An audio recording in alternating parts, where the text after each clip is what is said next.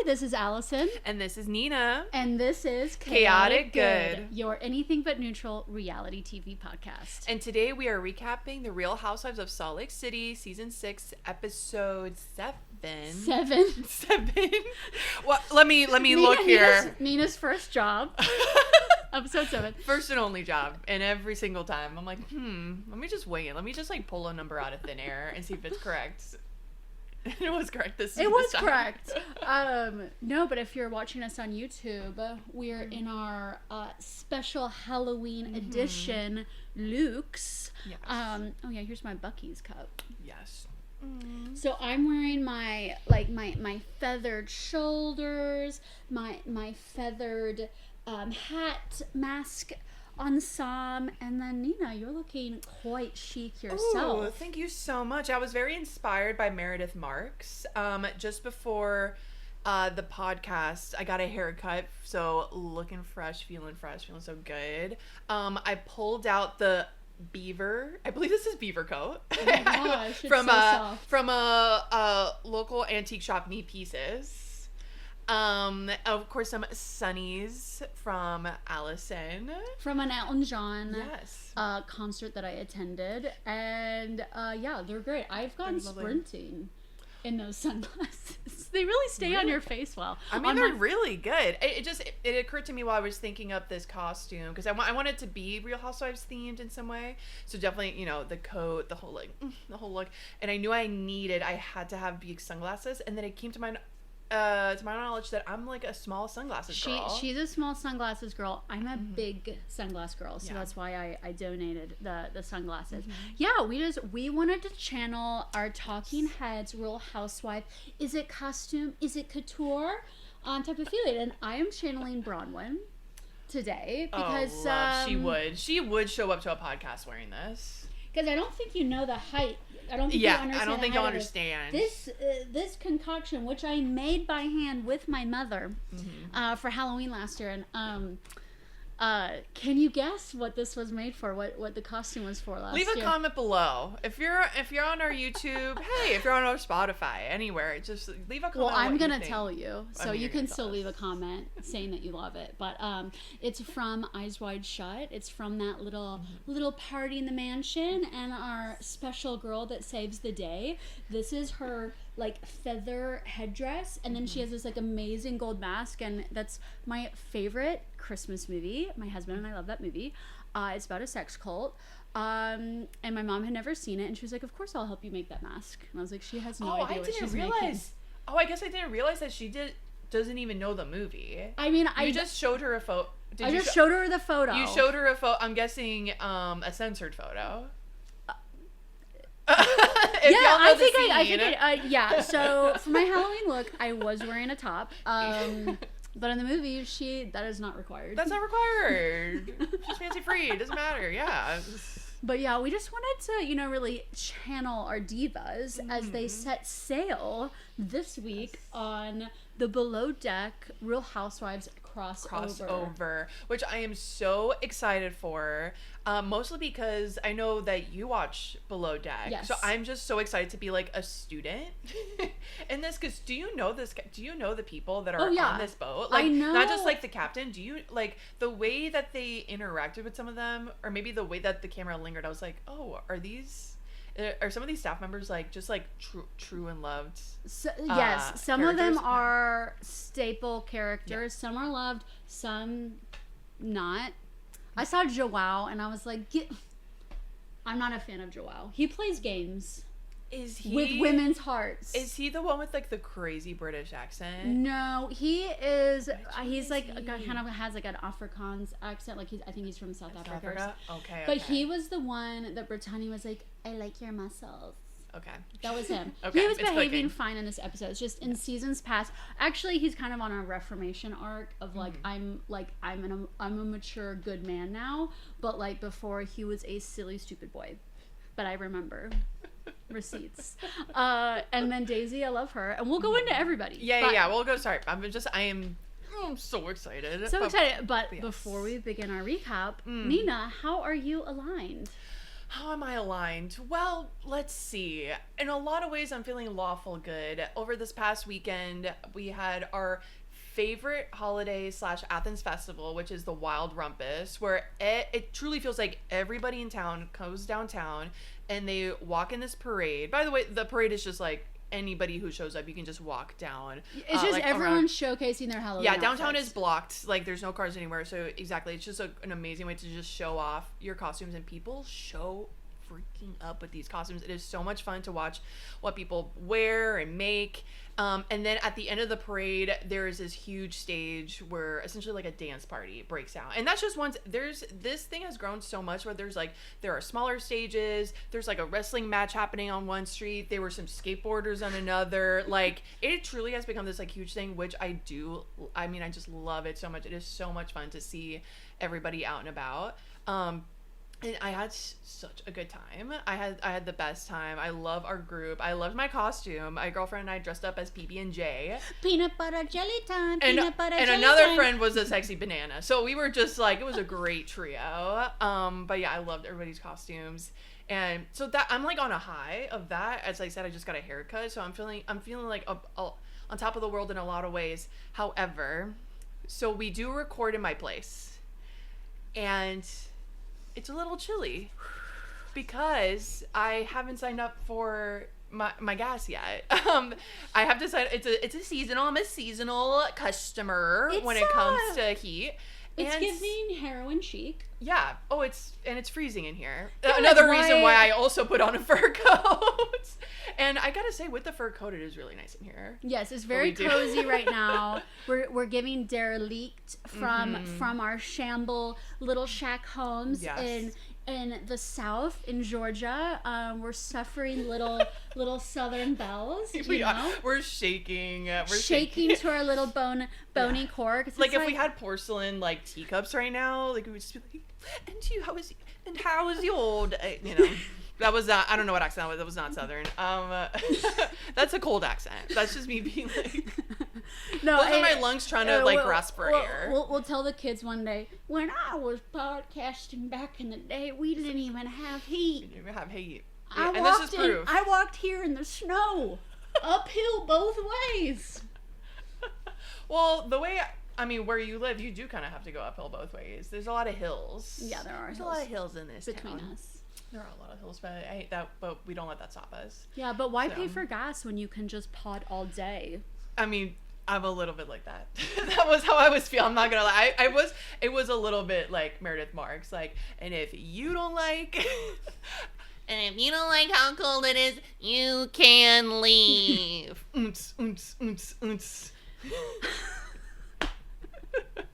Okay, I'm like reaching. How people talk about when they're on Hot Ones, that like wings show where they're eating all this spicy stuff, and they say they're like, it's almost like an experience. They're like, oh my god, I feel like I'm tripping. That's kind of how I feel about how cold it is. I feel like I'm on a different state because it is so chilly here. I really thought every single year, I really think I can, if you can believe this, beat nature. Every time I think, oh, it's warm out. Like, it's Georgia, it's the South, climate change is on my side at this point. Like, I don't want to pay for gas just yet. Like, oh, and it truly has been so beautiful and sunny out, like the last couple of weeks. No, it's like not even that cold. We're just pathetic. Yeah, I feel like all the heat has left my body. I, on the other hand, different than little poor Annie. Nina. Oh, and I'm from the Caribbean, so the littlest little thing. I'm just like, house. I've been just getting in my private sauna every day, just getting heated to the core. When I say private sauna, it's the gym's private sauna, but the gym owner likes me and nobody else. So and when you're there by yourself, it is your private sauna. So it's like my sauna. It's my sauna. So that's how I'm feeling. I wanted to take you on a journey, so that's how I'm feeling. I'm feeling on top of the world and on the bottom of the gutter right now. And that gutter is ice cold. But how about you, Allison? How are you aligned? How am I aligned today? I am feeling aligned. Neutral good. Okay. I'm gonna be boring. I'm neutral good. Things are good. Okay, no, it's good. I think it's good for things to it's like just be, it's good like this. We can't be up here. We can't be like chaotic good, chaotic evil, at all Yeah. times. Well, okay. I think I'm neutral good because I'm holding things at bay.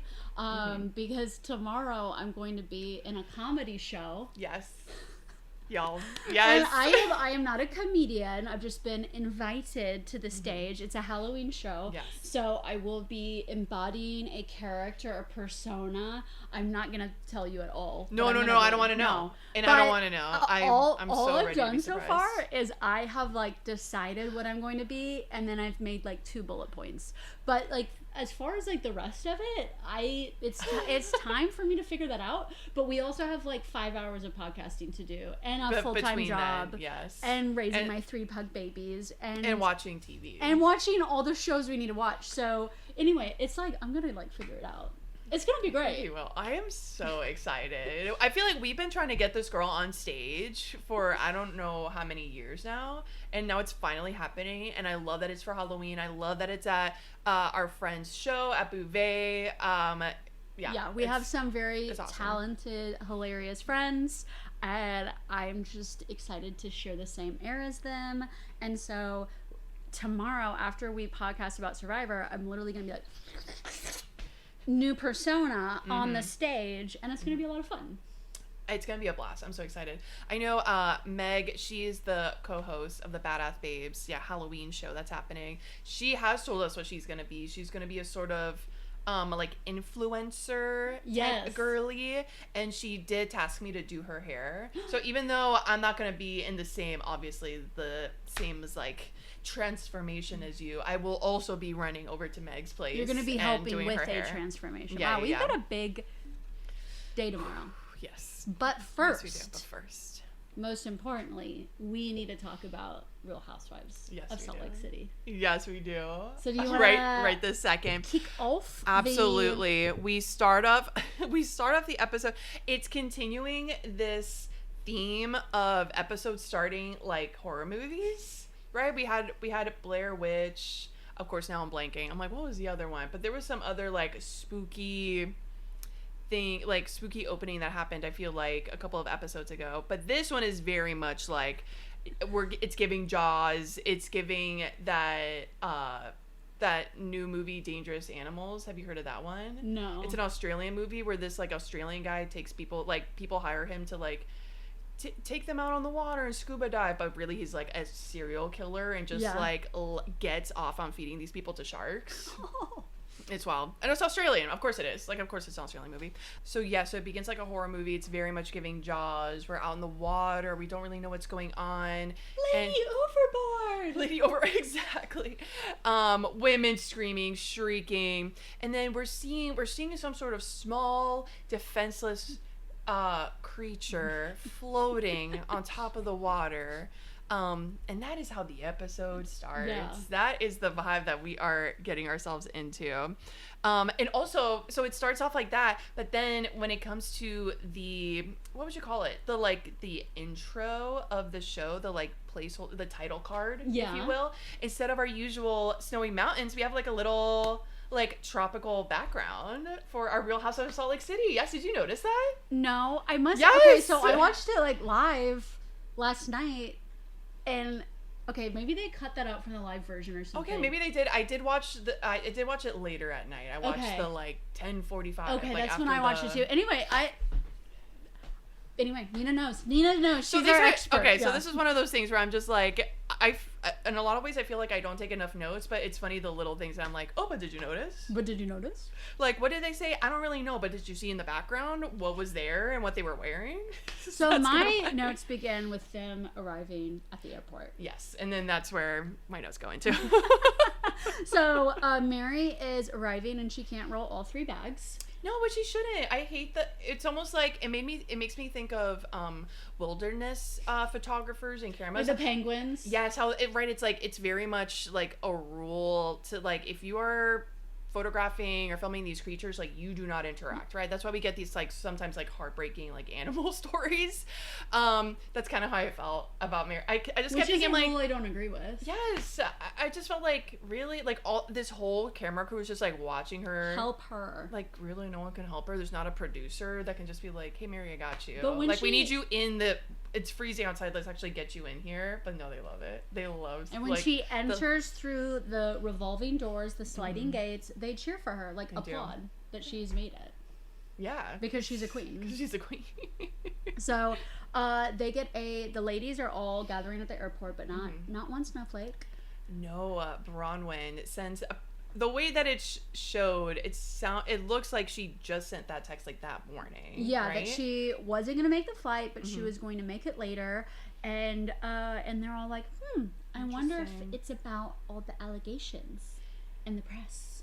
Because, you know, she's damned if she doesn't, damned if she doesn't. Yeah. This is what Whitney says in her, like, side interview. She says, like, because if she does come, we're going to ask her about it and we're going to talk about it. And if she doesn't, we're going to talk about it. Which is very true. So instead, Bronwyn chooses to make more of a dramatic entrance. Yes. By showing up, it looks like 30 minutes late to the cruise. You know what it made me to think? The yacht, when they sent the text, or when they read out the text that she wasn't going to be joining them, my mind immediately goes to my first love, Jenna Lyons, from her season of Real Housewives of New York City, which is that, like, I think she pulled a, like, oh, you know, I'm going to get there early, you know, I'm just like, oh, I'm just an old lady, I want to make sure that I've got enough time to tan. That was her excuse. She wanted enough time to tan. So, because she was feeling self-conscious about her skin. That being said, she later on, while she's, like, she has some sort of, like, dental surgery, and she's kind of, like, a little loopy, and Erin is there just, like, just waiting for her to say anything, and she does. She says, like, oh, yeah, the plane that y'all were taking didn't have first class, and I wanted to be in first class. Which, frankly, I'm like, to each their own. To each their freaking own. Who cares? Of course, they made it into the, like, that show had such little, like, meat and drama. They had to, like, there was, like, pulling teeth in that show. So that was, like, one of the dramas in that show. But, like, that's not really a big deal. But I'm not gonna lie, I did immediately think of that. I did not think of the, like, controversy, the drama. I was just like, she probably just wanted to take another She's flight. Like, probably, just a better flight without these ladies. Exactly. So they get on the plane, and Brittany is, like, giddy. Oh my gosh, she's so happy. So excited. It's like she's going to, like, sleepaway Christian camp. Exactly. She's taking so many like, videos on her phone, which, frankly, if I were these ladies, I don't know if I would feel so comfortable. Have we forgotten us? Have we forgotten? Oh, so now we're all about her recording us. Okay. So it's not a big deal. Oh, okay, so it's not a big deal now. Okay, just checking. Yeah, they ask Mary where they think where we're flying, and she's like, I don't know. I don't know. I just show up. And they are flying to Kanawin. But nice. Once they finally get there, it's pretty nice. It's a 15-hour travel, which it's shocking. It's crazy. But then maybe, I don't know if we've talked about this yet, but I'm sure we have. We have travel of our own coming up. Yes. And I don't think that our travel even scratches the surface. I don't think it even. Well, we are taking a flight from Atlanta to Abu Dhabi to then connect to Jaipur, India. Yeah. And that Abu Dhabi flight's going to be 13 hours. Yeah. So. And that's the longest one I've done. I think that's the longest. Oh, actually. It's like, how long can I shut down my organs? Because I'm pretty good at shutting them down when I'm on a flight. Like, I just, like, hunker down and I, like, forget that I have organs that work. But I don't know if that will last for 13 hours. You just have to become almost like a different being. You're gonna have to disconnect, right? You're in the Matrix. You're just like a blob. Yes. You don't have feelings. You don't have a present. You don't have a future. You don't have a past. You're just like you just like are. I think we might have to reach that point. I'm trying to think what my longest was. I mean, I think it was around that time. I think I did also fly something like Dubai or Abu Dhabi to Miami. But also to Miami. Yeah. It was back when I was flying back from Australia. Oh, okay. Because I'm like, no, to get to Miami, you can fly direct from Atlanta. You don't have to go to Abu Dhabi first, sweetheart. And you know something else. Can you imagine? No, this was for. I don't live in Miami, but that was just that's where my family was picking me up. Oh, okay, very nice. So I think maybe that was the longest. But also, I'm trying to think. So on the way to Sydney, I think. It was like It was like Miami, Atlanta, Texas, California, and then from California to Fiji. That was a really long line. Okay. I think that one, talk about blacking out. I think I blacked out on that one at that point. It was so, I was truly at the very, very last aisle of the plane.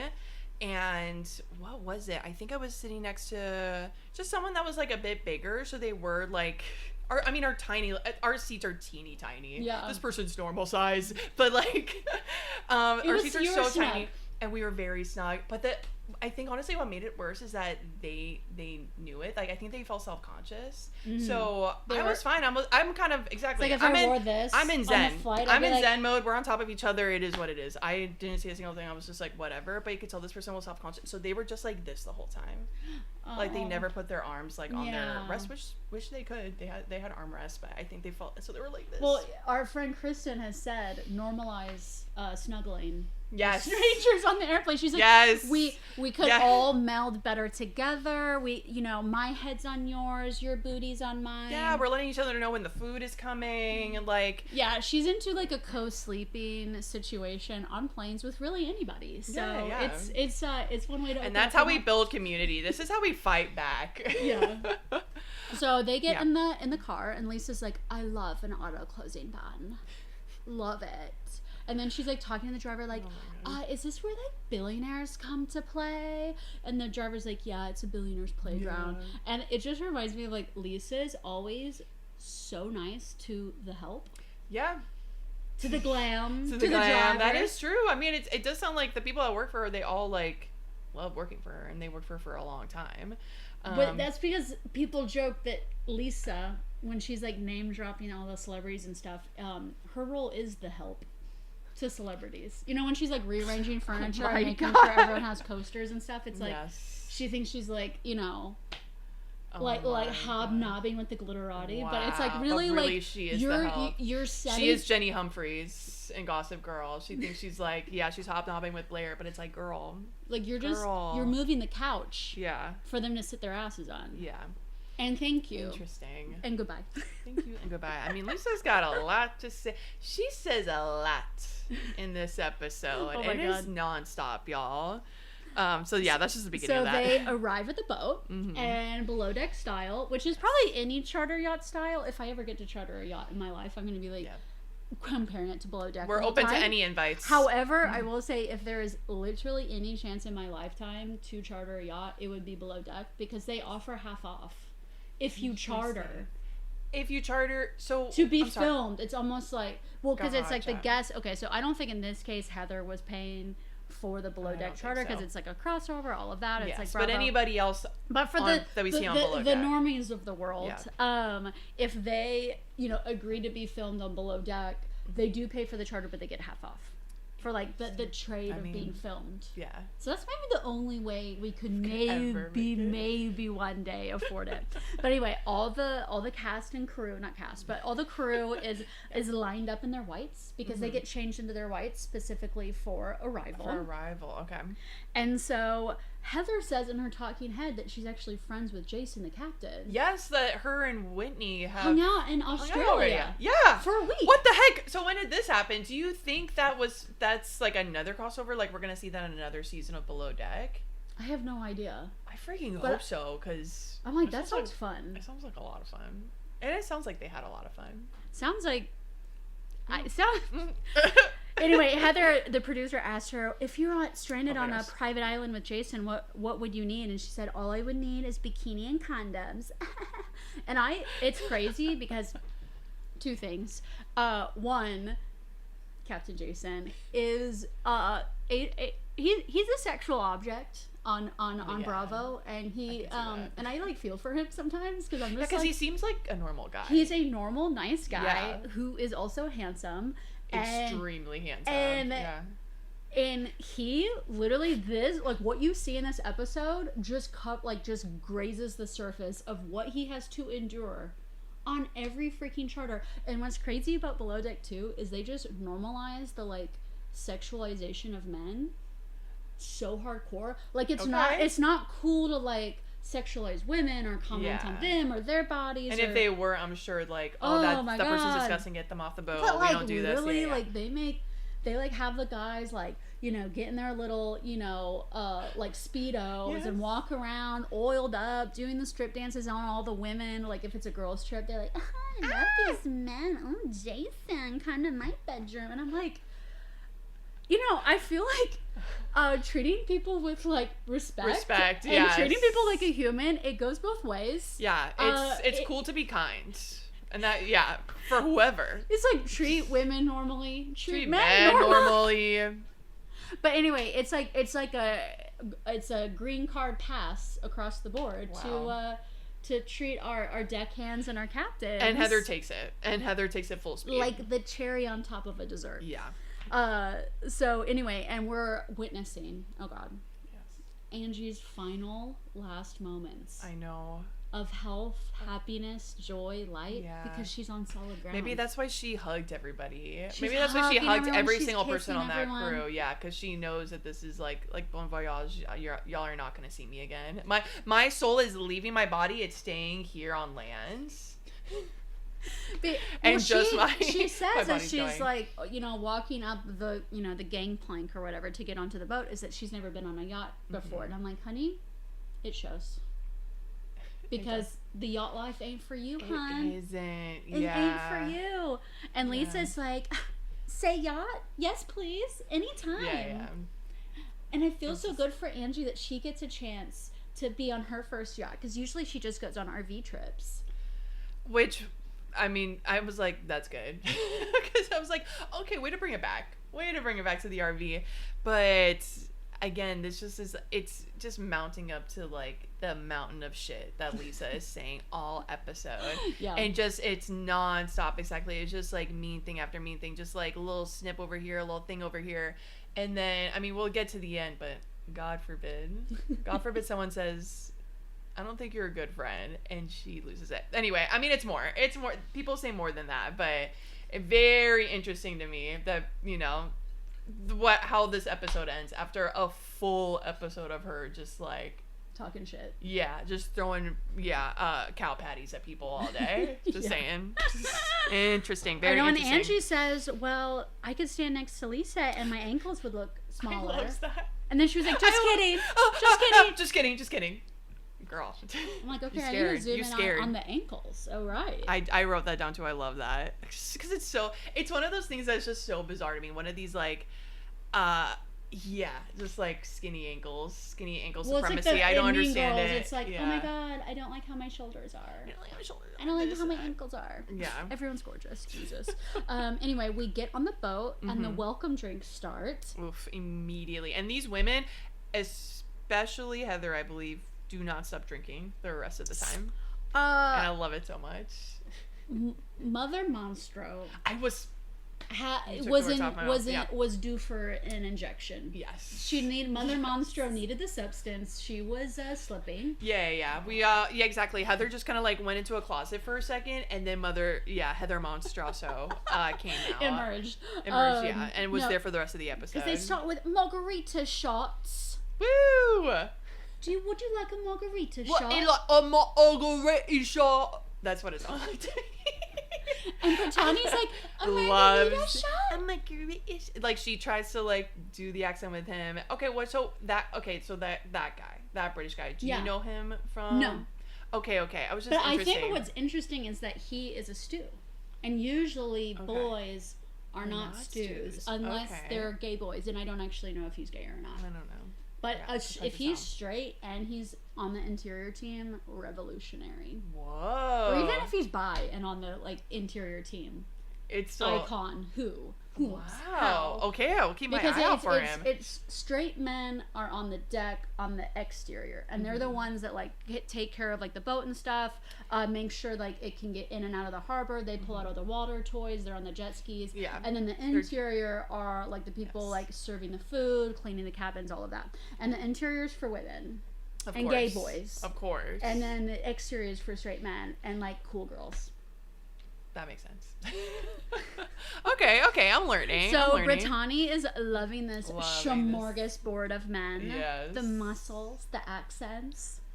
It is reminding me of you go to sleepaway church camp for the first time, which oh my gosh, I did do that, and I didn't know this when I went, but it putting like hundreds of pubescent teens together in dormitories,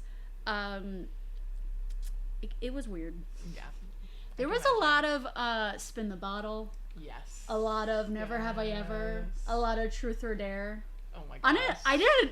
Okay, nothing did actually weird happened because it was all like the tension of like will they won't they, and it's they won't they, like everyone like gets too nervous to do anything, but that is like the single sole topic on everyone's little like who perverted. Fuck right like this. I'm air quotes. I think like who maybe shares who like maybe, a peck on the lips. Who made out, who has a crush on who hooked up. I feel like that was such a like a thing. Oh like, my god, like hooking up. It's like, but of course, like hooking up meant like holding hands or something. Yeah. And did everybody look? I can imagine, especially with hormones going crazy. Did everyone just look like so cute? You know what I mean? Cute is a cute way to describe it. I mean, if I would, as an adult, when I look at kids that age, I'm like, oh, cute, yeah. Their faces look like they're halfway there. Mm-hmm. Like it's not. Nothing's lined up. Yeah.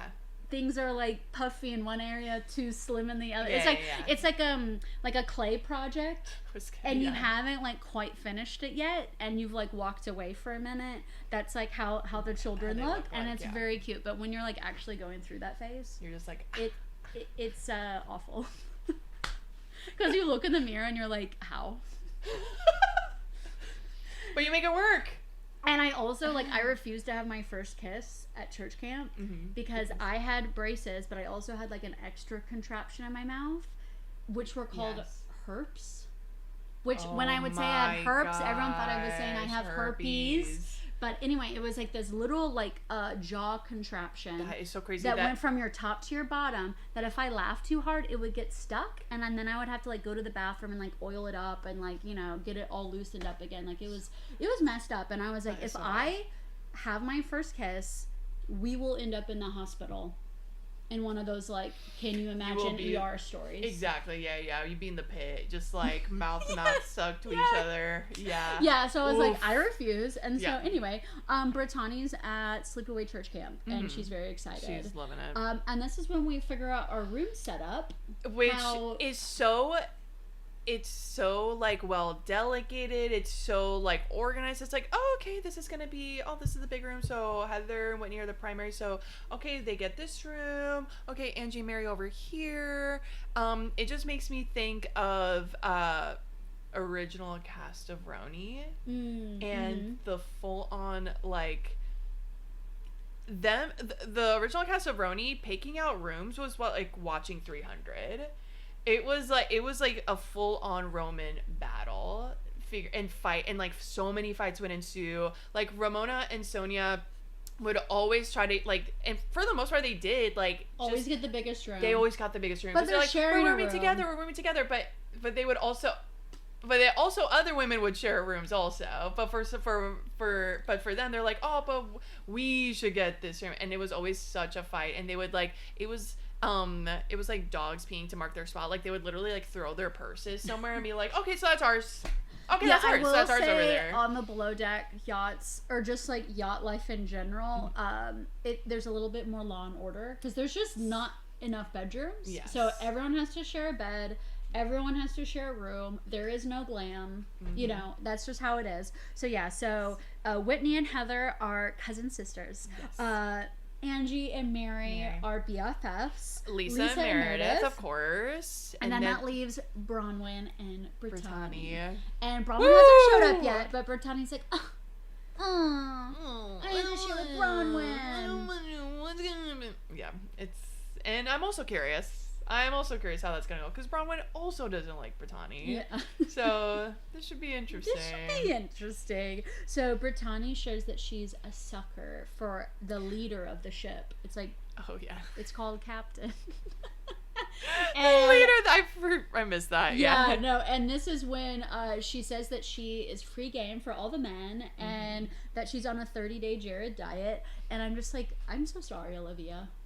I know. This your mom is like, you know, so on like the cuckoo train that it's like, no, Brittany, because from what I remember from that talk, she's was like a sex crazed little puppy. That's like the moment she doesn't have Jared's attention, she just like running like crazy to get another attention. Yeah, it's like, I believe that 30-day thing was for all men. That's all how men. I read it. That's how I took it. It was just to take a and break just from to dating, be like period. a mom.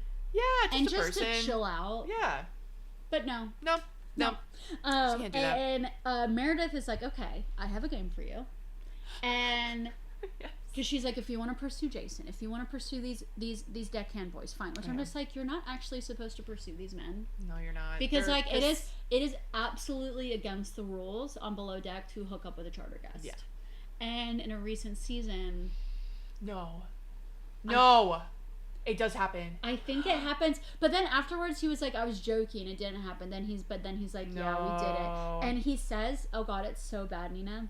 Oh no. So they're like having like a little like beach play day or whatever, and she's like in the water, and she's like, oh, hold me. I forget what his name is. Let's say his name is Scott. She's like, Scott, hold me. And he's like literally like holding her in the water like this. And she's like, he's my flotation device. And he's like, I love this. I love holding the ladies. And it's like, it's fine because she's like asking for it. Yeah. And you think he's just holding her. No. But then supposedly like he slipped it in. But there's all these people around. Her husband's on the charter too. Oh my god. And it was just like, that's like disgusting. But then he's like saying he did that, and then afterwards he's like, no, I was just taking the piss. No. It was that's like so bizarre. But anyway, it's like, Brittany, like, you're not. That's what that's what Brittany wants. But what we just described, I do believe like Brittany would love that. Like she would like live off of that memory for decades. You know it. You know it. Oh god. But anyway, if she says the word Jared, she'll get water thrown on her. So she goes, Jared. And then they throw a jug of water on her. And Meredith is so happy. That's the happiest I've ever seen Meredith. I mean, what we need to do is waterboard Brittany. I mean, yeah. Like really. We need a Clockwork Orange her. Yeah. Honestly. We need to like hold her eyes open and just, I don't even know, like show her photos of her family. Like I don't know what to do. I don't know what would like break her. I don't know. Anyway, if you guys have ideas, let us know. And so this is when Heather announces that our Bronwyn will be arriving shortly. Yes. And so we see Bronwyn arriving on the tender. And she is wearing, she's wearing, you know, Bronwyn's famous for her wild outfits. And honestly, for the most part, I find it very amusing. It's fun, whatever. If you got the money, who the heck cares? So what she is wearing a sort of, like bright yellow outfit. It looks like a tight, maybe it's like a dress. I'm like, it's a tight like A-line skirt. And this yellow top, and the top, the shoulders have these like bars. Well, like handlebars. Handlebars. And then it kind of makes more sense when you look at her hat, which is essentially like a floaty. So, and then, and maybe she's got, I should have pulled like a photo up, and maybe there's like a floaty around like her. Well, it's part of the dress. It's an inner tube like dress. Yeah. No, I was like, what the fuck is this outfit? It's wild. What a wild thing to actually wear on a boat. You know what my first thought was when the like little handlebar things? I was like, a large bird could just take you. Could just like come and pick you up, and they're so tiny. You know they're probably so tiny. They have hollow bones, so you could just like a griffin, a Canoan griffin. Famous could literally airlift Bronwyn out of the tender, and I don't know if we'd ever see her again. Never to be seen again. So Lisa even says like, I've seen that outfit before, and producers clock her. She has posted on Instagram 3 times with that outfit. I mean, thankful. It's like I want these women to get like runway out of these clothes that they buy. But yeah, this outfit is giving more costume. It is giving costume. So she arrives. It's not great. And it's all like, oh my god, this outfit, who is she? And then she's like, oh, I didn't want a whole entrance. Bronwyn. I think sometimes she like embodies this like crazy persona with these crazy clothes, and then when she actually gets the attention for it, she's like, oh my god, do you think But when she gets the attention, do you think it's like, oh my God, stop. No, I think she actually. I like, think she actually feels awkward. Oh, interesting. Because I see her as kind of a, buttoned up kind of. I felt like she felt awkward. Interesting. But that's the outfit she wore. It's hard to, complex human beings. We all have our two things can be true. But it's definitely quite enough. It's very hard to think about. Bronwyn hears that she's sharing a bed with Brittany, and she goes, "My name's Bronwyn, not Jared, bitch." And then we throw another jug of water on her. Yes. More of that, please. And so we're gonna start unpacking now. Yes. And so all the girls kind of like go off into their rooms. Heather shares with Daisy, one of the stewardesses, and Daisy's an icon, that she's lost a nipple cover. We all know what that really is. She's lost a nipple. Because Mother Monstro. Oh my God, just like the movie. She's like losing body parts. Yeah. Absolutely. So it's like, hey, just like, if you find that, just like bring it to me. Don't worry about it. And Daisy's like over the walkie-talkie. If anyone sees a nipple cover, let me know. And we'll get it back to Heather. Yeah, but they do make it look like it's some sort of like when she says that, like it's on speakerphone. Like you see everybody like on the boat, just like what? The walkie-talkies. Everyone has their walkie-talkie on, and just they can, on it full. And they can always. It's like just to like have like seamless communication on the boat. But that is like if you say something into the walkie-talkie, everybody's hearing it on the boat, including the captain, because Captain Jason, who's at the helm, also is like listening to the radio the whole time. So yeah, it has been broadcast. A nipple has been lost. This is when. Is this when we see the cucumber? Well, yes, we can jump to the cucumber or the unicorn. Which one should we do first? Technically, first. Okay, let's do the unicorn first. Okay. So we're back in Brittany and Bronwyn's room. And exactly, I think Bronwyn just had that comment of like, well, I'm not Jerry, bitch, blah, blah, blah. And Brittany, of course, loving it. Love that there's any attention on her. Love that they're talking about, like, I do think that Brittany, for all of her, like, oh my God, they're so mean to me. She freaking loves it. She loves that they're like all up in her business. But anywho, Bronwyn says that about Jared. And Brittany's almost like, funny you should say that. And she pulls out this stuffed unicorn toy, like for a bait for a child. Yeah. And presses like a button. And it says, "Good night, baby. You are loved." And it's Jared's voice. He recorded that and gave it to her before her trip. Absolutely terrifying. Which I will say does not almost like X-nays the whole 30-day thing. That still means that Jared's the evil spirit of Jared is in that toy. The evil spirit of Jigsaw. Oh my gosh, yeah. Is in that toy. Oh my gosh, you're so right. Again, another horror movie reference. Oh my God, yeah. No, it is spooky, and Bronwyn is spooked. Well, it's that kind of thing where like a boyfriend does something for, or like just any like non-boyfriend. You know when your non-boyfriend, when your non-boyfriend does something for one of your friends, and you're like, is it sweet or is it scary? And it's like only time will tell if that was like the sweetest gesture or not. Yes. So, oh my gosh, my feathers. My feather outfit is coming undone. I think I might just have to stitch it for now. Woo. Set it free. No, it actually reminds me of when I first started dating Jeff, my now husband. So I should. That tells you the end of the story. Now husband. Spoiler alert. But we had just been dating for a couple weeks, and we started dating in early February, which is a very tricky time to start dating. Because when we got to Valentine's Day, it was like the 2-week mark of us just like hanging out and going on dates and stuff, and we were like so into each other. Cute. But it was like we're trying to like keep it chill, you know? So for Valentine's, I'm like, okay, like I'm gonna keep it chill. I get him, I think, like a little like succulent plant, like just like a tiny little thing, and it's honestly was like $1, and I was like, here you go. His gift though was like this basket, and it had like ribbon across it, and it said like Allison in different letters, and then there's like all these little gifts inside, and then I open it, and then there's this like hand sewn teddy bear that's like it's like this big if you're watching, but it's not that big, but it's like clearly hand sewn because it is so fucking disturbing looking.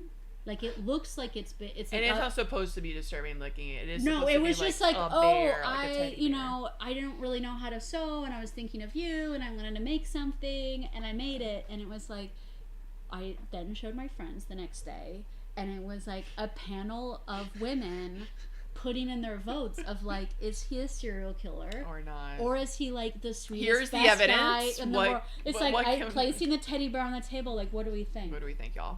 What do I do? Hive with mind. this? What do we think? And it was split down the middle. Oh, Half really? the people were like, this man loves you, and he's intentional, and he's giving you gifts, and he's good, you know, he's a crafty guy. He's not afraid of trying new things. Yes, like, and it's like, this is exactly the kind of person you have been wanting. And then the other half was like, get out. Get out. Get out. Run. Change your locks. Change your locks, change your phone number, dye your hair. And if you try to get rid of that little teddy bear, it will come back. Like you try to burn it, it'll come back. Yeah. It'll be like walking on its little feet soon enough through your apartment. Just like be ready for that. For anything. Yeah. So it ended up going fine. And happily ever after. Woo! It all so worked anyway, out. Jared's stuffed animal. It's the opposite of that. But what if it's really sweet? No, it's not. Good night, baby, you're loved. No, it's not sweet. It's Good freaky. night, baby, you're loved. No, it's freaky. It's freaky. So this is when. So a stew is. So another thing like the stewardesses can do is they can like unpack your stuff for you or like put things out for you, which is nice. And one of them pulls out this like massive like thick cucumber. Thick. So not particularly long. No. Pretty short, honestly, but very thick, just loose in someone's suitcase, which I didn't. And it's never revealed whose it is. Okay, so I think it's either Heather or Whitney's because I think that's their room. But you're right, it's never labeled. But it's the room because I was looking. It had like Halloween masks, like exactly. On the bed. But I think Heather and Whitney are the ones that are like planning that. So I think that's why in my head I was like, surely that has to be their room. It's probably one of them. No context. But no context. Given. Yeah. No. By the way, so, like rest of the episode, like we don't know. We still don't know. Speculating. But this is why we pod, is so we can speculate about exactly what's happening. What is this cucumber for? So Meredith and Lisa are unpacking, and Lisa is like, is Bronwyn ever gonna fess up? And Meredith is like, any version of the truth would be nice from Bronwyn. Exactly. That's what I wrote down. So she said, I'm sure an iteration of the truth she'll say, but who knows? My costume. So Brittany and Bronwyn are continuing to unpack, and they are delegating their closets together. Mm-hmm. And Brittany's like, so why did you come late? Immediately, Brittany wastes no time. She is in her swimsuit and she's here to ask questions. Well, hard-hitting questions. I don't understand how she's a friend of this season, because I feel like she is like she's a core snowflake to me. Like she is like, anyway, she's an important person. Yeah. She's a shit stirrer. She's making things happen. She's moving the story along. She's making me so angry I want to flip a table. That's a sign of a good housewife. That's true. That's when I'm getting locked in. It's like we're angry at her. She makes us laugh. She's still, like she's stupid. We can make fun of her. Then you can if you can feel all these emotions for somebody. I'm like, okay, exactly. Like this is an important character now. So Bronwyn says she almost didn't come because someone is planting stories about these allegations and whatnot, and then Brittany's saying like, oh, well, didn't you like steal a car?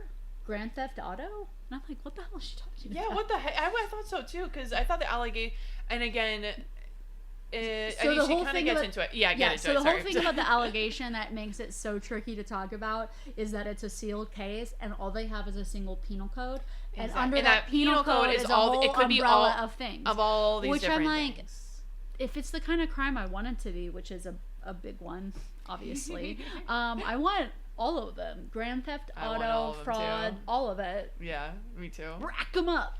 Exactly. But it's sealed. Will we ever know? And Bronwyn says that only Mary called to see if she was okay. Yes, I wrote that down too. I'm like, damn. interesting. That rumors are really bad for Todd. Because Todd is so serious. And his business is serious. And his life is serious. And I'm like, I don't give a fuck. I don't care. I don't care. Todd, yeah. But it's almost like she says that because she almost doesn't want to say that it, like, that she hates it. Like, that it hurts her, that she hates that this is going on.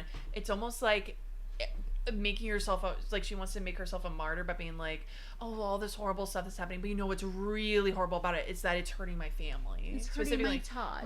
My Todd, my husband. It's really, like, it's really because of him. It's like, but again, we hate his guts so much that it's like, I don't exactly. Anything like, that has to do with like serious men and serious businesses, like on Real Housewives of Salt Lake City. I only got one business, and it's these ladies. Yeah. I don't care. I don't care about these. I don't care about these guys, especially Todd. He can rot in the gutter with the slime. So this is when the crew start discussing the thick cucumber, the mystery of it all, and then there's all these talking head moments, and no one's claiming the cucumber. Bronwyn is like, well, I don't cook. And Angie's like, oh, they're going to think it's me. Because of Greek salad. But this is when Angie starts vomiting. Yeah. And it doesn't really stop. And it doesn't stop for the rest of the episode, I'm sorry to say. Do you do okay on boats? You know, I was trying to think about that because I don't remember the last time I was on a boat. But I think I do all right. I gotta say, I think maybe my Caribbean side, I think I'd be okay. I've never been on a super yacht. I have been on a yacht, and I remember in high school somebody had their Sweet 16 on a yacht. Yeah, but we didn't go anywhere. It was docked, and the party was just like that's still really on cool. the. It was really cool. It was really fun. But I think I would do all right. I do think of. When I think about like being seasick, I think about the time when I went to Ireland on like a solo trip, and I say I was on a solo trip. I was also with I signed up for this like tour with like a group of people, and I was the only American, which was so fun. And it was a bunch of Australians, and let's see, we were going all through Ireland, and we ended up in Galway. And the next morning, we knew that we were gonna take this like early morning ferry to go to the Aran Islands. Which was amazing, beautiful, highly recommend. But the night before, classic us, I think we were like 23, 24 years old, maybe 25. We went all out. Nice. On Galway. Every single pub that would have us, we went. Oh, with Australians too. And that sounds so fun. It was a lot of fun. Oh my gosh, and we were playing Steal the Potato. It was this game that our tour guide thought up, where it's like everybody starts off with a potato, but the winner is whoever ends up with the most potatoes at the end of the night. So we were all running around trying to steal each other's potatoes. And then it just also so happened that Galway had won some sort of some like Irish hockey or like field hockey like tournament that same day. So everybody else in town was also out. So it was just such a fun night. I think we were out until like 3-4 in the morning, and we did have to get up at 6. And then it's time to get on a ferry. And then it was time to get on a ferry. And that was pretty tough. That was brutal. That was so tough. But I do remember we made it, y'all. We made it to the ferry. We were all there, and I was like holding myself so close, closing my eyes, and I could hear like somebody in our group like just puking their guts out, like Angie.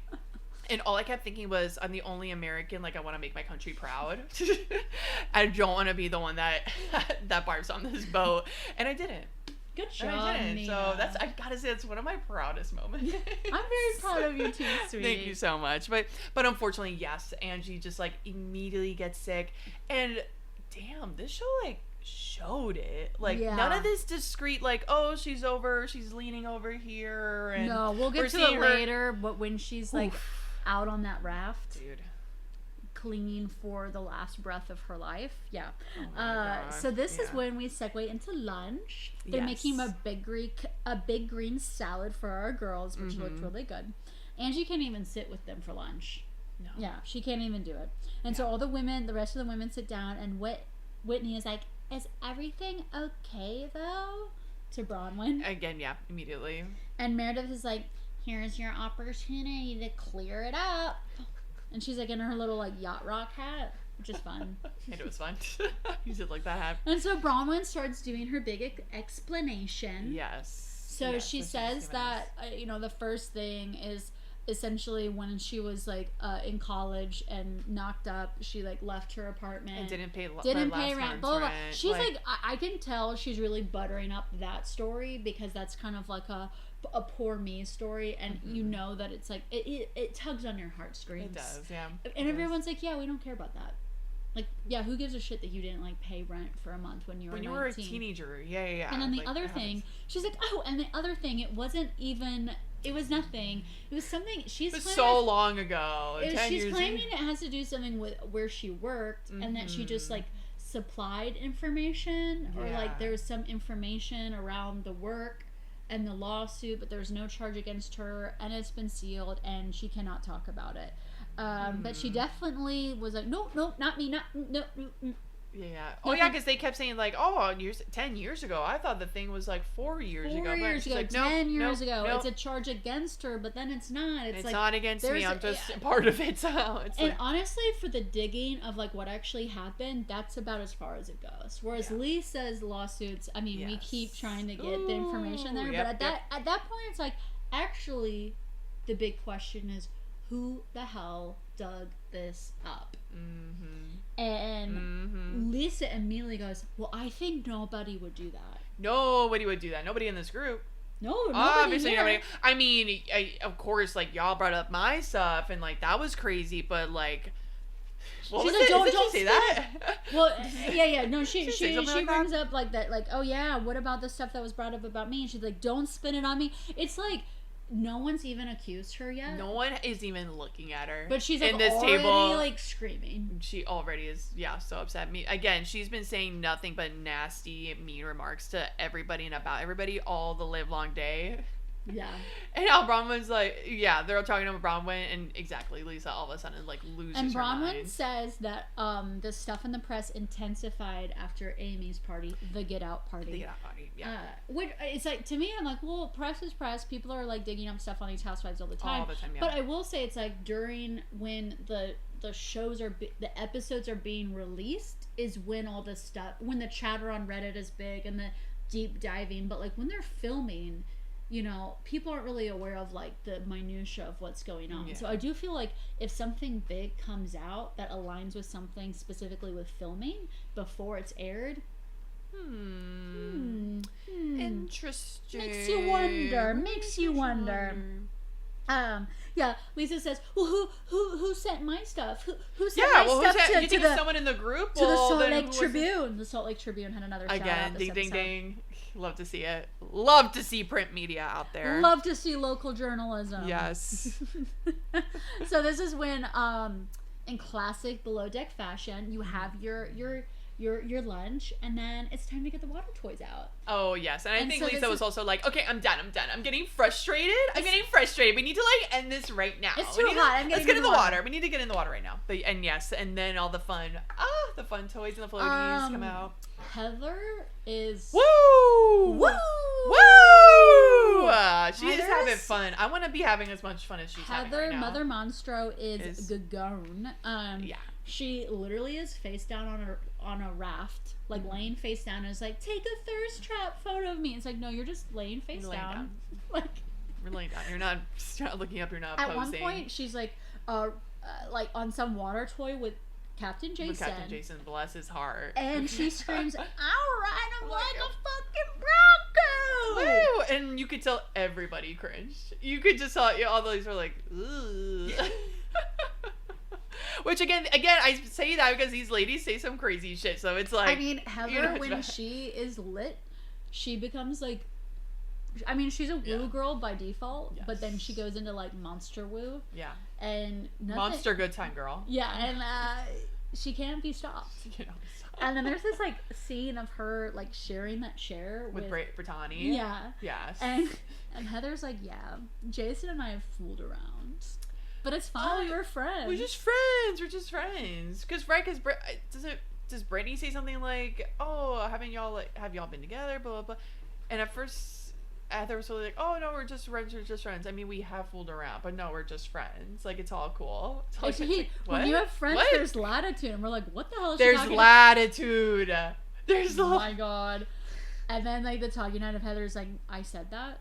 Wait, no, I said that. Delete it. I'm not taking anything she's saying seriously. I do see Jason as this like godly figure that's just untouchable, and he does have a daughter from like a previous relationship, so there is proof that he's, you know, conceived a child. But other than that, I'm like, he's untouchable. Yeah, like, do not mess. Protect him at all costs, please. Again, I'm like, man, what a sweet like, man. How just, like, safe is he on this boat with all these women? I do not know. Oh, and I do also want to say that I loved. We saw this when all the ladies were together for lunch. They were already all in their swimsuits, and not just with their swimsuits, but wearing those like necklaces that Bravo uses as like their mics. Oh, fun. Right, that they can take while they're like walking around and like maybe getting in the water, maybe getting wet, because they remind me of the exact ones that they use for Summer House, and it just brought me to such a good place. I'm just like, it was just giving me like Summer House memories. And then the idea of these women in a Summer House party, I mean, they would eat those boys. Those children those boys alive. Yeah, they would eat them alive. So Brittany's put on a little swan. She's like, I'll get on a swan. I like your muscles. And Lisa keeps calling it a duck. I'm like, oh my god, I love the duck. I love your duck. It's a swan. It's a swan. Idiot. You stupid idiot. Oh, and this is when Angie gets floats too far away. Yeah. And one of my favorite thing on below deck is when people when the charter guests are like, no, I'm like in the water, and then the deckhands have to go save them. Yeah. I'm like, I would definitely want to be saved. Oh, 100%. I'd be like, I'm too far. Help me. I'm too far. Help me. I can't. Oh, I lost my oar. Will you come get it? Yeah. And sweet Eddie comes out to save Angie. He literally just drags her onto the raft. Yeah. And she starts throwing up off of the raft. Has to hold on to his leg to stay up. You can tell that if she wasn't holding on to him, she would have just sunk to the bottom of the ocean. It was kind of scary, to be honest. And she said, it's so bad, I can't even suck in, and I'm wearing a goddamn bikini. And I was like, oh, this is bad. This is bad. And I'll say this again, and they're showing all of it. Like, the camera crew is showing her just puking off the side of this paddleboard. And you know who has a comment about it? Lisa. I don't want to be around puking Angie. That's gross. That's gross. Yeah, get her over there. You can see her nonstop touching her hair. She loves touching her gorgeous shiny Kerastase hair. It's just oh my god, she's over here. No, keep her over here. No, I don't want to be near that. I will say if my friend was throwing up and say, I would just feel bad for them. Yeah, I would feel horrible. And how can I help you? Yeah. And throw up isn't that crazy, dog. It's just that crazy. It just comes out. It's literally better out. I mean, exactly. Get it out now. Also, from this way, I feel like it's a much more friendly, accessible thing to deal with than out the other way. If you catch my drift. Yeah. I can clean up your mouth. Cleaning up your butthole. I mean, that's really testing a friendship. That is right? Yeah. I think so. I mean, of course I would do it for my friends. I love my friends. We're gonna go to India in a couple weeks. I know. So we'll see what happens. We'll see, but I do feel really bad for Angie. Yeah. And so then it's going into one of my favorite parts of the episode, or probably your favorite parts of Summer House, is when you leave the pool, but you're still in your wet bathing suit. Yes. And then it's the slippery, sloppy post-water haze. Yes. When everything's a little lopsided, you know? Oh my gosh. And I don't think we said, one of the other mean things that Lisa says that I wrote down that I forgot. And because it's again so mean. She says, "Wow, she's so full of it. She makes herself sick." Angie's literally not like that. Yeah, she's very nice. Yeah, she seems really sweet. Yeah, she hugged the whole crew. What did you do, Lisa? I know we just talked about that. She likes. Well, there was that moment when she's like, and I'll have a Vita tequila drink, and that's the only tequila I'm going to be drinking for the rest of the time. Exactly. Like, when they were giving them like champagne, it's yeah. like, okay, I'll have this now, but for the rest of the time, I'm going to need Vita tequila to be the only thing served to me. Thank you so much. Ay, ay, ay. Lisa, it's tough. So they like it's like time for them to, get ready for dinner. Yes. And Bronwyn shares with Whitney, the unicorn. Correctly names it a sleep paralysis demon. Yes, that was really good. And then Brittany's at the bar, flirting with her little Brit. She's like, I love your accent. He's like, yeah, it's a British accent. I just love it. He's like, so what do you do? Because like these poor crew people are just having to like make nice. I mean, this is what they have to do with charter guests all the time, but it's like you're stuck with these people in the middle of the water. And you're working for a tip. You are working for that tip. Wow. So the tip? Does it come at the very end of a visit? It comes at the end. So when you're like exiting the boat, you like hand them in an envelope like a wad of cash, and you're just like, I had a really good time. Thank you so much for this trip. It meant so much for me and my family. Bye. And then charter guests leave, and then they have the tip meeting, and that's when they reveal the tip amount, and it's very like, oh, screw these people, they didn't tip enough, which I'm still like, that is like a lot of money. All of the tips are a lot of money, but they get like pissed off if it's under $20,000. Wow, is that? Oh my, this is just a different life. This is a different, that was so not the number I had in my head. I mean, I guess I don't know what number would be, but it wasn't that. If it's it was nowhere near that. 15,000, it's like, wow. I got up for this. I woke up, and that is all the money I'm getting, because they've split it up amongst everybody. Of course, but like, damn, essentially like 2 days of work, like everybody's getting like over $1,000 by default of tips, and they get very dramatic about their tip. Anyway, so he's working his tip, and she's like, yeah, I'm a real estate developer. I build, I sell. I build, I sell. I build, I sell. I build, I sell. I sell, I build. And then I sell what I build. Build and I sell. Yeah. Just we're on that for a bit. We're on that for a minute. And then there's a conversation with Bronwyn and Whitney, and Bronwyn's like, what was that at lunch? I didn't even accuse Lisa.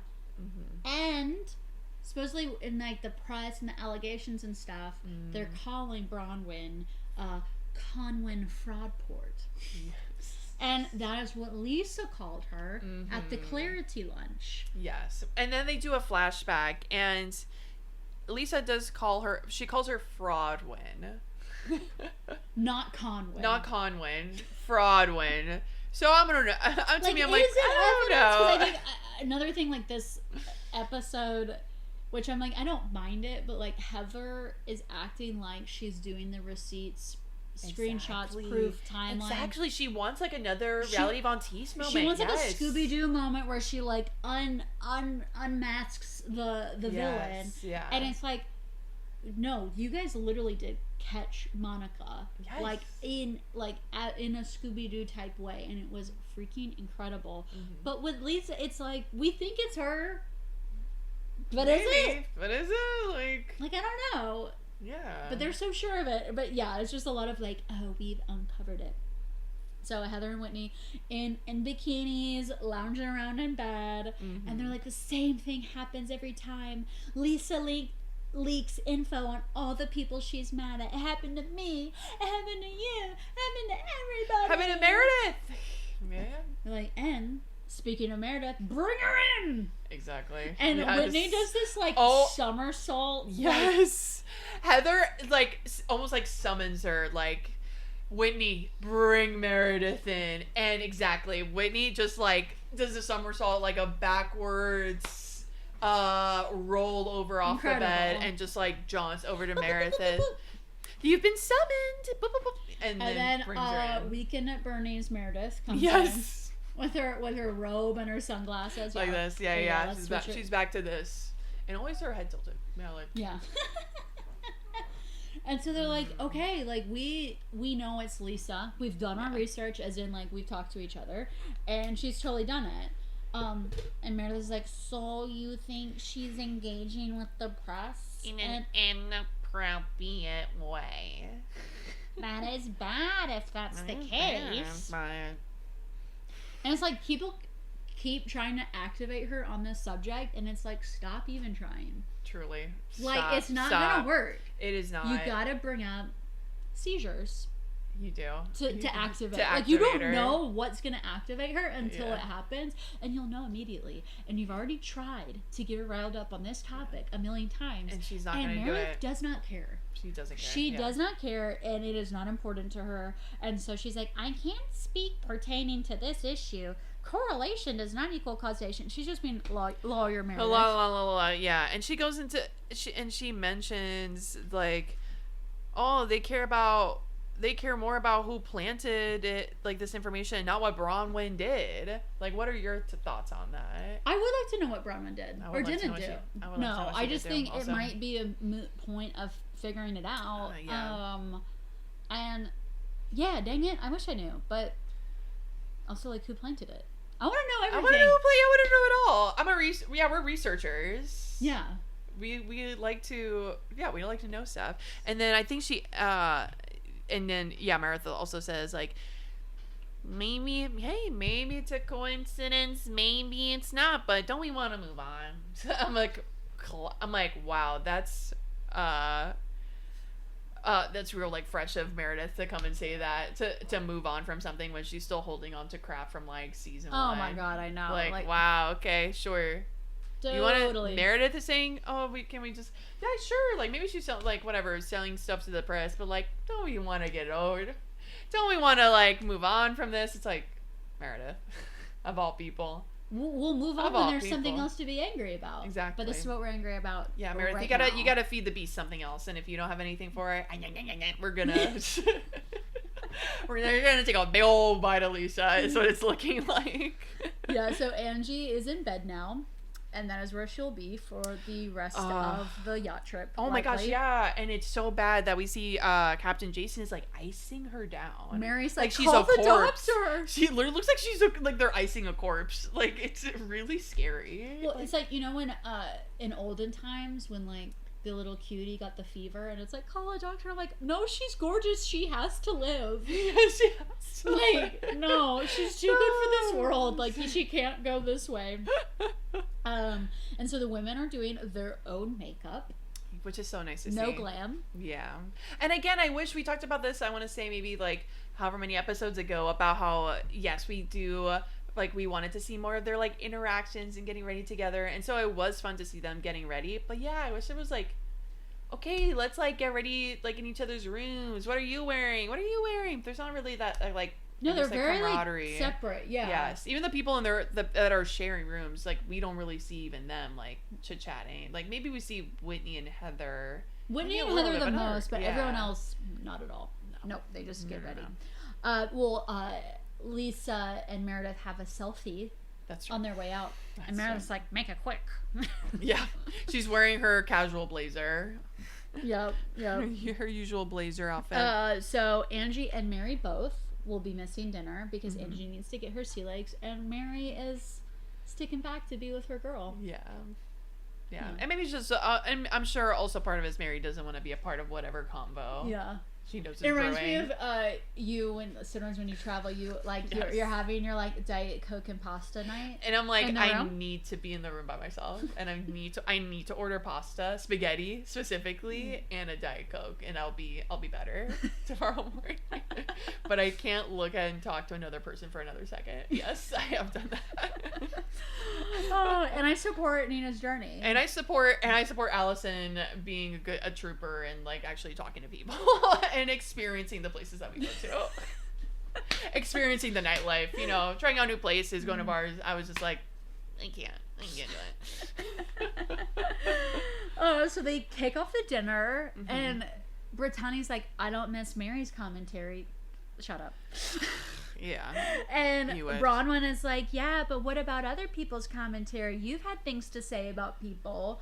And then we have this flashback to this, like, Brittany Bronwyn hangout. Which, how the heck did that happen? I mean, I know things are, like, produced people. I know this. But, like, These even are producers, not women that actually hang out. Yeah, obviously not. No, and producers have sway. Absolutely, this is their jobs. But like, the idea of Bronwyn and Brittany like having a shopping day together or like going to a store, like that was really tough for me to like even wrap my head around seeing. Because of course, but I mean, I guess we do get like a fun scene. Yes. And I guess that's the point. So Bronwyn says that she feels like Lisa is big sistering you. Yeah. Her. Yeah. And I'm like, because you need it. Mm-hmm.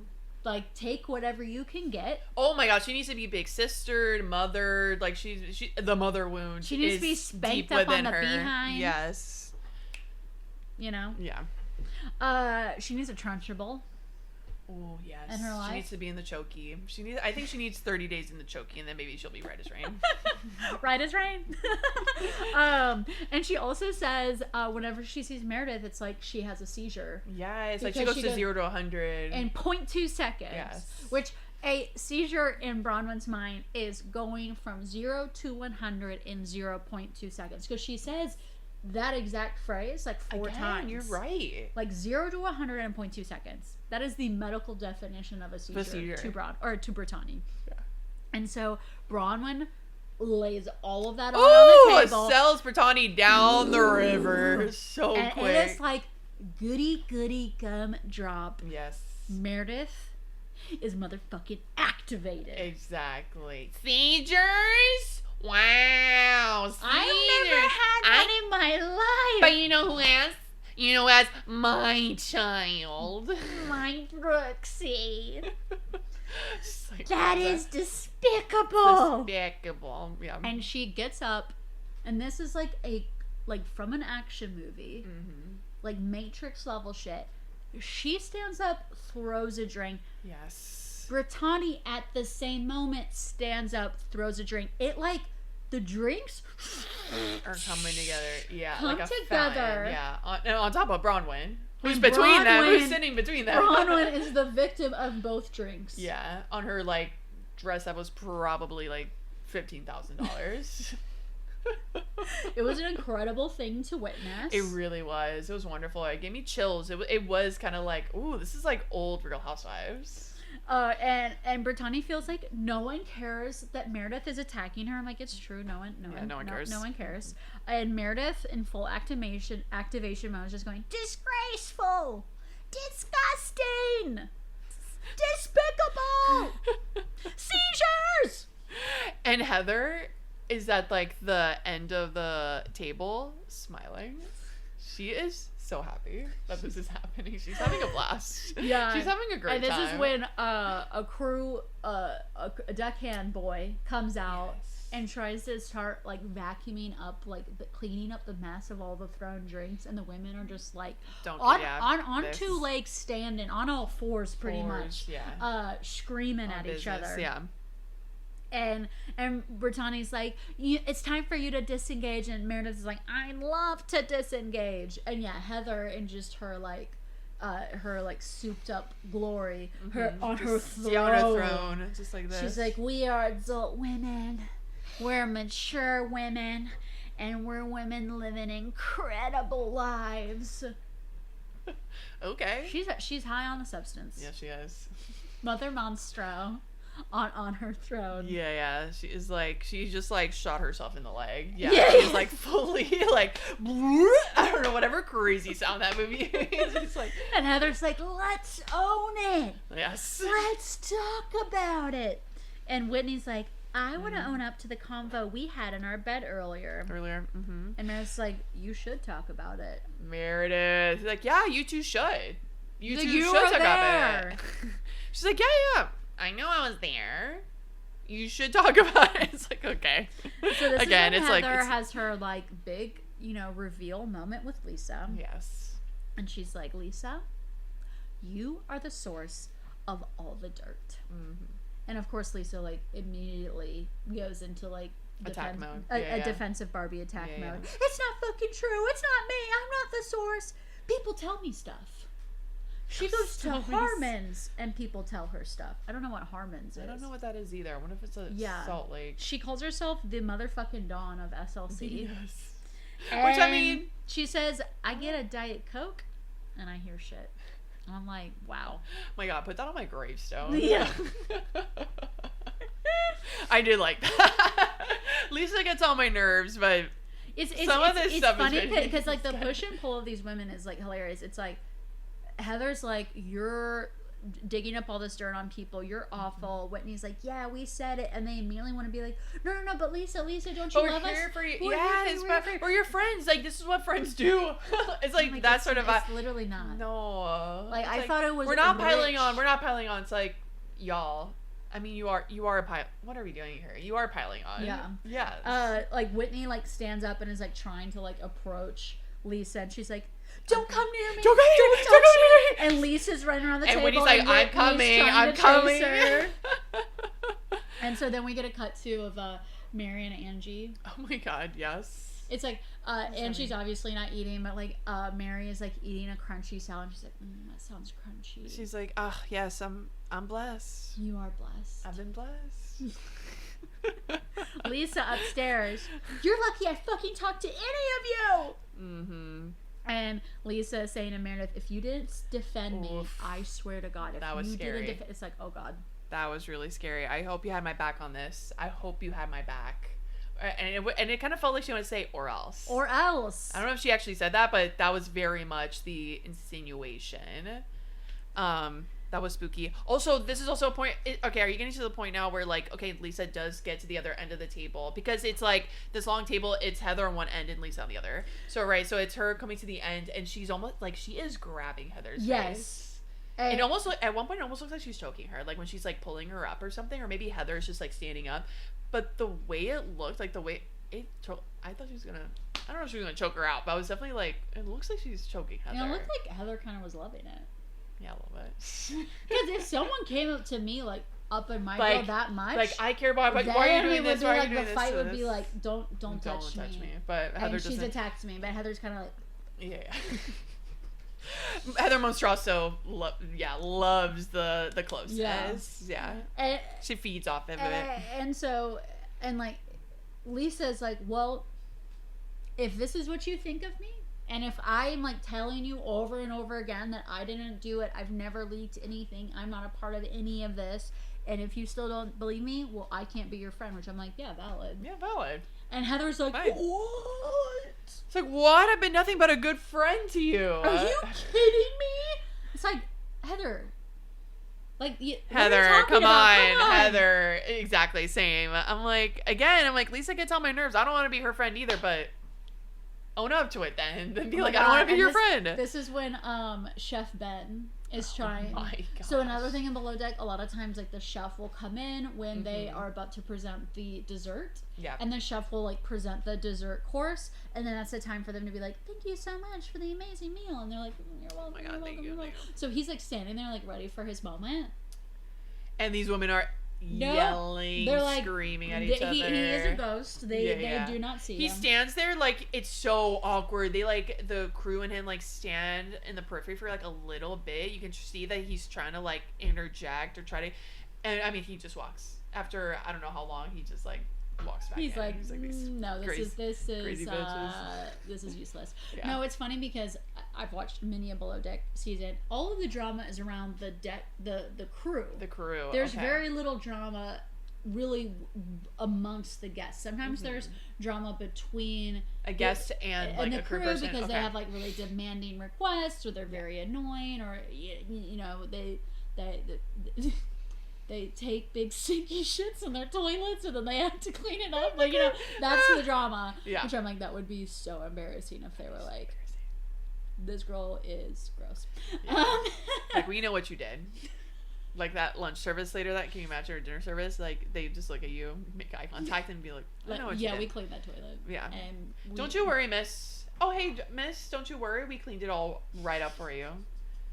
Spick and span now, don't you worry. Yeah. That's but there's usually like amongst the friend group, it's just like very much like, wow, this is such a great trip, and oh my God, so thankful to be here. Oh wow, the sunset. You know, this level of like inner fighting is completely different than probably anything that the crew's used to seeing, probably ever. Yeah, like Daisy's like, they're all killing each other up there. And so Lisa is saying she's leaving, and she is like walking on the deck. She's about to get John on the phone. Yeah. She growls in Whitney's ear pretty much, "I have not done one fucking thing to you ever." And I'm like, whoa. Scary. Like, scary. Ooh, that is scary. And you Lisa's have. Scary. And you have. Lisa. And Whitney's done things to you. Yeah, exactly. And you've done things to Whitney. Yeah. These people are crazy. Oof, so she gets on the phone with John, and she's like, "I'm like so sad. I'm so sad, John." Well, before, I think Heather says something like, "Get off the yacht if you can't talk to me as a friend." So Heather does bring up, like, maybe you should, or says something like, "Well, maybe you should leave. Well, maybe you should leave." And then Lisa's like, and then Lisa's like, "Well, do you want me to leave? Are you serious? Do you want me to leave?" And Heather's like, "Well, no, of course I don't want you to leave, blah, blah, blah. But, like, we've got to talk." But, and of course, Lisa takes that as like, "Okay, so you want me to leave." And yes, and calls John and is just like, "Get me out of here." Heather's literally chasing her across the boat. Yes. Like across several decks and rooms. Yeah. Literally spooky. Like, Scary. "I'm not going to leave you." Like, I'm not going to leave you, which, I don't Heather, like that. It's like, she's worked so hard to be at the cool girls table. Yeah. And now she's like gotten high off her power. Yeah. And now the cool girl's running away. And she's like, wait, no. No, wait a minute. I haven't thought this through. I didn't think this through. I don't know what I'm doing.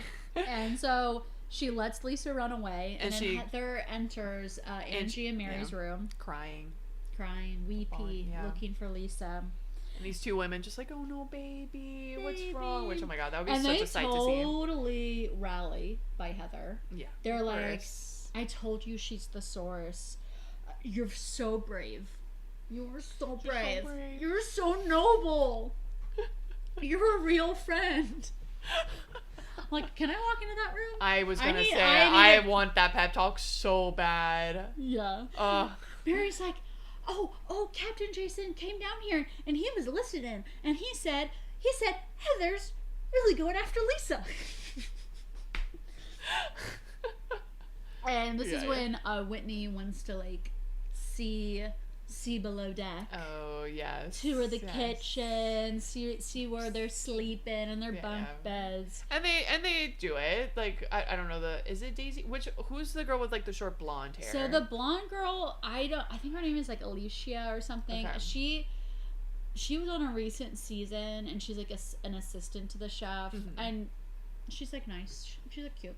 She's like fun. She likes red lipstick. All right, that's fine.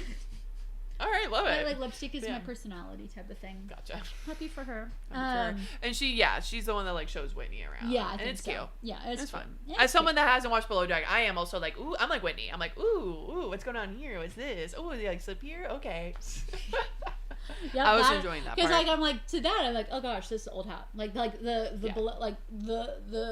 the kitchen and the crew mess and the bunks and stuff, like that is the whole show. It's the whole show. Got it. Is so you're used down to it. there. Yeah. So I'm like yeah. And so this is when oh my god, Brittany is talking to Jason. Yeah. So do you actually run this ship? Do you actually run this boat? And he's like, yes. Very serious, because it's a serious job and it's his job. Hello. And she's like, could I have a tour? And he's like, yeah. Tomorrow. And then he's like, he sees the eyes. He sees the eyes, and he's like, not now. Not now, but tomorrow. Like, Jason, lock your door tonight. Yeah. Because there's gonna be so many clouds. I'm ready for my tour. I'm ready right now. Knock, knock. So Brittany finds a new victim, Lisa. Oh my god, yes. So Lisa is like out on this raft, her feet in the water, and there's like floodlights on her, and she's on the phone with John. And did you see like in the ocean all the fish? Yeah. It Freaky. was really freaky. There's like hundreds of fish. Yeah. I would be so. I don't know. Maybe there's no sharks in that area. I haven't looked. Or any other stuff. I don't know. Like, I wouldn't put my feet in there. No, there's sharks there. There's sharks, right? Okay, yeah, it was freaky. I don't know, like, it's the Atlantic. It was quite like imagery, and that's what like the episode ends on. Like, Brittany does eventually like leave her alone.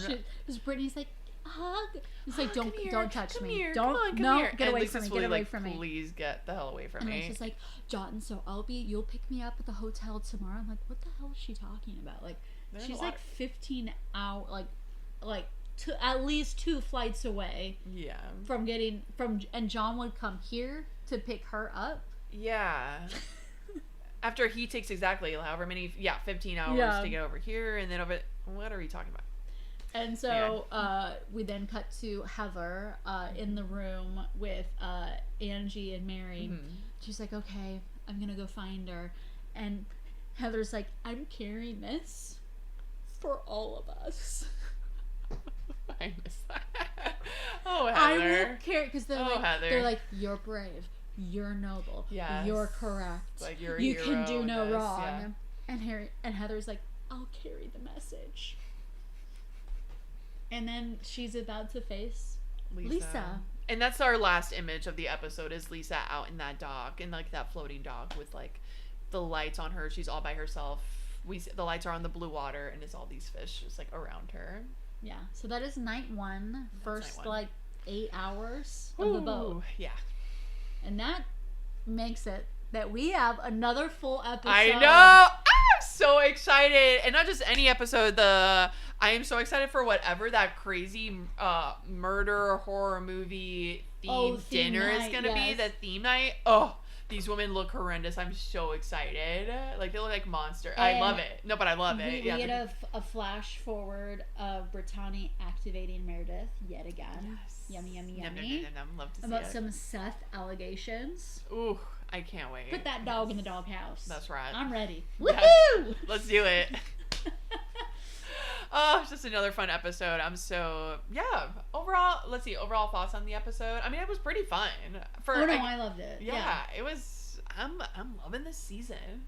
Yeah, yes. And I'm curious if I'm guessing there's going to be a below deck version of this episode. There's gotta be. Oh God, I wonder like what the production setup was, because it's like. Do you think it's camera people doing double duty? Is that even possible? Yeah, I'm saying that. It's like it's kind of like I wonder if there's like the territorial stuff of it's like, no, this is my yacht, my crew. Interesting. Because there's like the below deck crew, and then there's like the Real Housewives crew. It's like a lot of cooks in the kitchen. You could say. I bet there could be another third show of the drama of filming it, of that crew, of the film crew, like setting all that up. Because I can imagine like the Real Housewives crew being like, okay, y'all, whatever this is, it's gotta go. Nope, that's not gonna work for us. Oh, you've been shooting on this boat already for 6 weeks. I don't care, honey. I don't care. Tell it to someone that cares. We've been with these women for 4 months. All right. Also, this person is smoking a cigarette. Oh, they're like smoking a cigarette and like holding a Starbucks. Like, I don't care. We gotta get this shot, and this is what we gotta do. So we're gonna. Yeah, they're veterans. I feel like people that work on Real Housewives shows are just like they're like veterans to me. I feel like they should. Get they survived Jen Shaw, who would seem like the worst person to film with in the history of the shows. Yeah. Of all these, I think, any and all seasons, and we've heard some. There are some crazy stories out there. Yeah. But thank you. Yes. For listening to this recap. Follow us on Instagram. Follow us on TikTok. Woo! Subscribe to us on YouTube. We're starting to make reels, which are a lot of fun. Yes. So watch those little fun sound bites and clips.